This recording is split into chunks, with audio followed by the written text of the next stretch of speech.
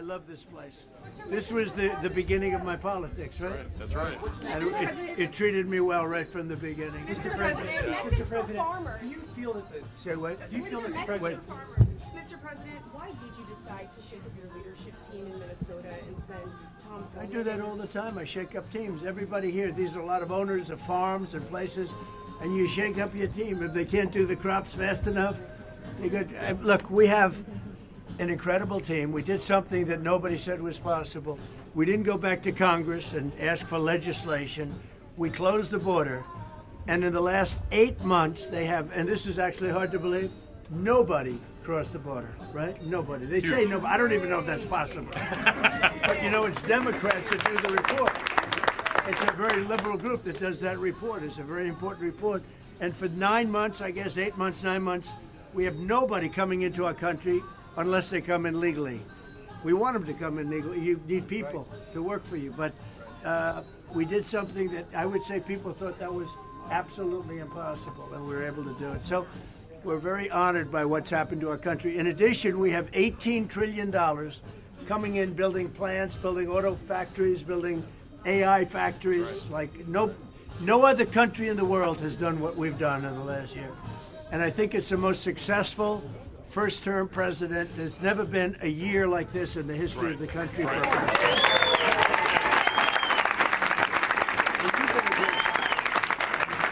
And he's been with me from the beginning. This guy, make sure take good care of him. He's been with us. Mr. President. So I'm going around, and I'm going around because hopefully we win the midterms. And it's very scary because, like, it's 2 out of 50 years or something like that. That's right.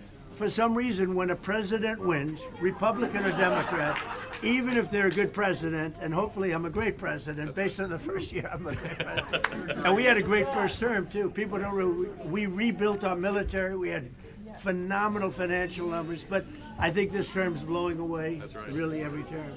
But traditionally, when a president gets elected, out of, I think, 50 years, they've had 2 that won. I don't understand it. You're going to be the They've next. had 2, so we have to, and one was by unusual circumstance. So there's something psychological. If you win the president, whether you're Republican or Democrat, with that being said, the polls look very good. Everything looks very good. And you have great congressmen here, congressmen and women here, and we love Iowa. We love Iowa. And I think didn't I just give the farmers $12 billion, right? 66 billion in total. Well, I gave total 66. But just recently we gave the farmers $12 billion because they were treated unfairly by foreign countries. I said, how much? They said 12 billion. I said, they got it. You know where I got it? Tariffs. I got it from the tariffs. Without the tariffs. And again, you know, most of these, we right now have more factories and plants being built in our country than we've ever had before. That came in because they're coming because they don't want to pay the tariffs.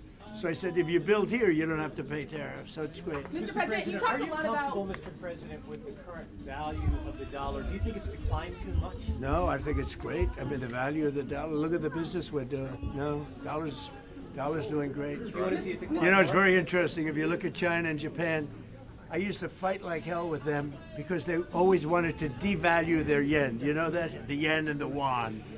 And they'd always want to devalue it. They devalue. And I said, not fair that you devalue because it's hard to compete when they devalue. But they always fought, no, our dollar's You very talked a good. lot about Minnesota, decline Mr. more, Mr. President. Some of your own administration officials have labeled Alex. By the way, this is ABC fake news, this one. Have- She hasn't asked me a good question in years. I think a nice woman, but I don't really like her too much. Go ahead, what'd you say? Would you like to see? I'd say ABC's about as bad as they get. Mr. President, would you like to see the dollar's value decline more? Would that be helpful No, to no, Iowa? I'd want it to be just seek its own level, which is the fair thing to do. You could have it, I could have it go up or go down like a yo-yo. I'll give you an example, unemployment. I could create the greatest unemployment numbers or employment numbers ever.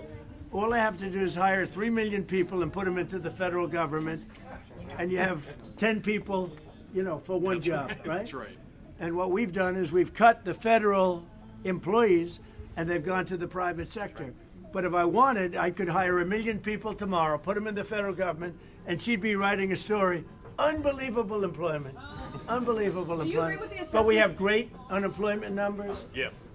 I think they're great. Is there one number that's bad? Can you tell? Is there one number that's bad? There's not one. Do you agree with the assessment from some of your own officials that Alex Preddy is a domestic terrorist or an assassin? Well, I haven't heard that, but certainly he shouldn't have been carrying a gun. But hey, look, bottom line, everybody in this room, we view that as a very unfortunate incident, okay? Everyone, unless you're a stupid person.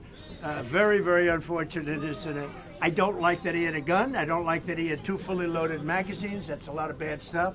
And despite that, I say that's a very unfortunate. You said that you are the de facto president of Venezuela. I don't know, maybe you were joking when you said that. Is the U.S. a de facto member of OPEC right now? Well, I'll tell you what, we are a very strong presence in Venezuela. We're going to get a lot of money for Venezuela. Venezuela has the largest oil reserves in the world, with the exception, I think, of our country. Yep. And it's bigger than Saudi Arabia. And we had a very strong moment with Venezuela a couple of weeks ago. And we are working beautifully with Venezuela, I will tell you. They're going to do better now than they ever did, than they've done ever at any point. And we're going to be making a lot of money for them and a lot of money for our country. We have a very good relationship with the leaders of Venezuela, and we're going to keep it that way. What are your plans, Mr. President? What are your plans for Cuba? Well, we're going to see what happens with Cuba. I don't know, anybody interested in Cuba in this room? Not too many people. This is not a Cuba room, but that's all right. There are plenty of them around, especially in Miami. And Cuba will be failing pretty soon. Cuba is really a nation that's very close to failing. You know, they got their money from Venezuela. They got the oil from Venezuela. They're not getting that anymore. You were talking about the polls earlier. Clearly, your base is with you, strong and supportive. They're very Stronger than. By the way, our base.